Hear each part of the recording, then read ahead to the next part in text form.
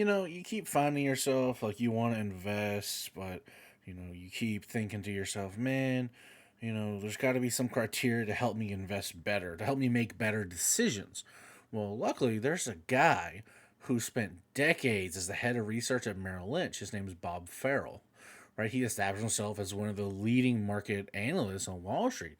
And he's got a bunch of insights and stuff that basically will boil down to the 10 market rules to remember, right? And they, everyone everywhere just kind of read them, right? So I kind of want to go over these and explain how they can help you achieve your better returns, right? Give you some better criteria to make better decisions. So one of the first things we want to talk about is that markets always return to the mean over time. Now, whether they face extreme optimism or pessimism, markets eventually return to the saner long term valuation levels. Now, according to this theory, returns and prices will go back to, where they came, right? Reversion generally puts the market back to a previous state. So when it comes to individual investors, the lesson is clear. Make a plan and stick to it. Try to weigh out the importance of everything else that's going on around you and use your best judgment. Don't get thrown by the daily chatter and turmoil of the marketplace. And then the next thing we need to talk about is going to be that excess leads to an opposite excess. So, like a swerving automobile driven by an inexperienced person, you can expect overcorrection when markets overshoot. Remember, a correction is represented by a move of more than 10% of an asset's peak price. So, an overcorrection can mean bigger movements. During a market crash, investors are presented with really great buying opportunities, but they tend to overcorrect in either direction, upward or downward, and trading can happen at unbelievable levels. Tuned in investors will be wary of this and will possess the patience and know how to take measured action to safeguard their capital.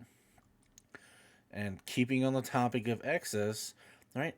It's never permanent. Excess is never permanent. So the tendency among even the most successful investors is to believe that when things are moving in their favor, profits are limitless.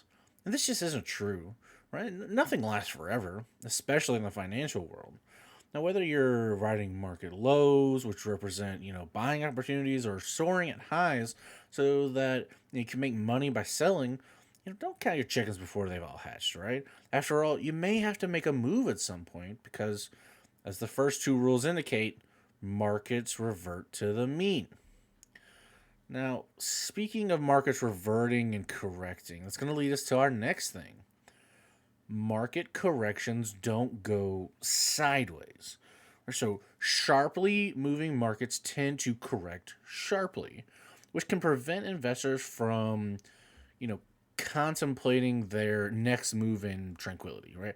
The lesson here is to be decisive in trading, fast moving markets, and to place stops on your trades to avoid emotional responses. Stop orders help traders in two ways when asset prices move beyond a particular price point. By determining a specific entry or exit point, they can help investors limit the amount of money they lose or help them lock in a profit when prices swing in their direction. So, number five, it's going to be one that a lot of people, I wish they didn't do, but they do. The public, they buy most at the top and least at the bottom. The typical investor reads the latest news on their mobile phone. You might watch market programs, your favorite YouTuber, stuff like that, and believes, what they're told. Unfortunately, by the time the financial press gets around to reporting a given price move, that move is already complete and a reversion is usually in progress. Now, this is precisely the moment when your typical investor decides to buy at the top or sell at the bottom. They need to be a contrarian and,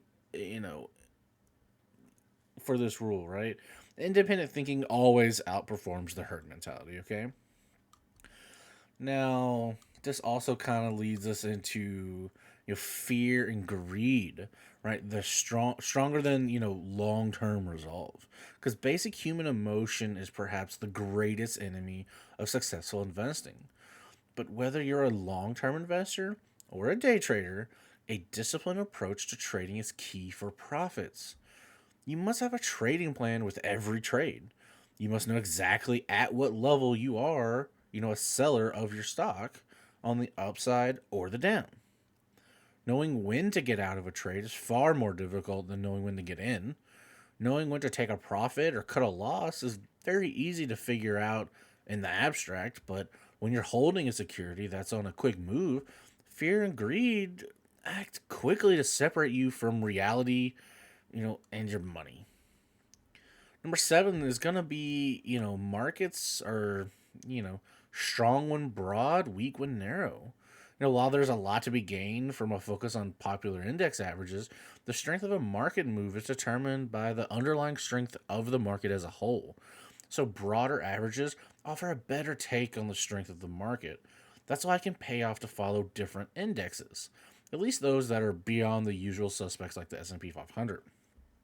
So think of things like watching the Wilshire 5000 index or some of the Russell indexes to get a better appreciation of the health of any market move.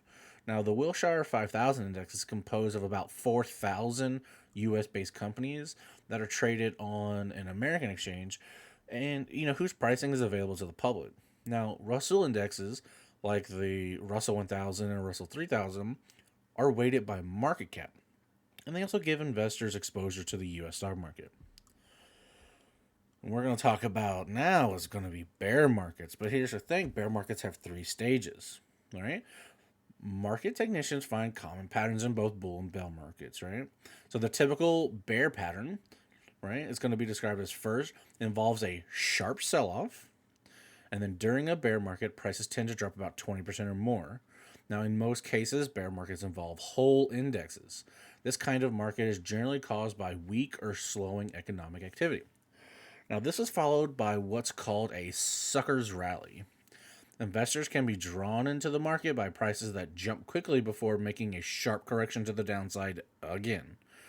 These rallies, which can be a result of speculation and hype, don't last very long. But who are those suckers? Investors, right? I mean, they're called suckers because they may buy on the temporary highs but end up losing money when asset prices drop. And then we have the final stage of the bear market, which is the torturous grind down to levels where valuations are more reasonable and a general state of depression prevails regarding investments overall. Now, number 9 is going to be one that some people might not like. You got to be mindful of these so-called experts and the forecasts because it's not magic. When everyone who wants to buy has bought, there are no more buyers. At this point, the market must turn lower. Similarly, when everyone wants to sell has sold, no more sellers remain. So when market experts and the forecasts are telling you to sell, sell, or buy, right? Be sure to know what everyone is jumping on that bandwagon, right? So there's I don't want you to have, nothing left to sell or buy. By the point you jump in, something else is probably already going to happen. And of course, this one is probably as obvious, but it's one of the rules. Bull markets are more fun than bear markets, right? Them big green numbers. And this is true for most investors since prices continue to rise every now and again, right? When they go down, you see them rise. It looks good. Who doesn't love seeing their profits rise? Well, unless you're a short seller. I mean, a short sell is when you sell an asset that you don't own yourself. And traders who use the strategy sell borrowed securities hoping the price will drop. The seller must then return an equal amount of shares in the future. So what's the bottom line? What do we learn from all this? What's the point? Okay, no one said investing is going to be easy. There's a lot at stake and so much to take in, whether you're a novice trader or someone who's been watching the markets for a great deal of time. It's easy to get caught up in the swings of market news, emotions, and the free-for-all of the market. But, if you kind of listen to most of these rules and kind of, stick to them as best you can, you're going to come out a winner in the end, right?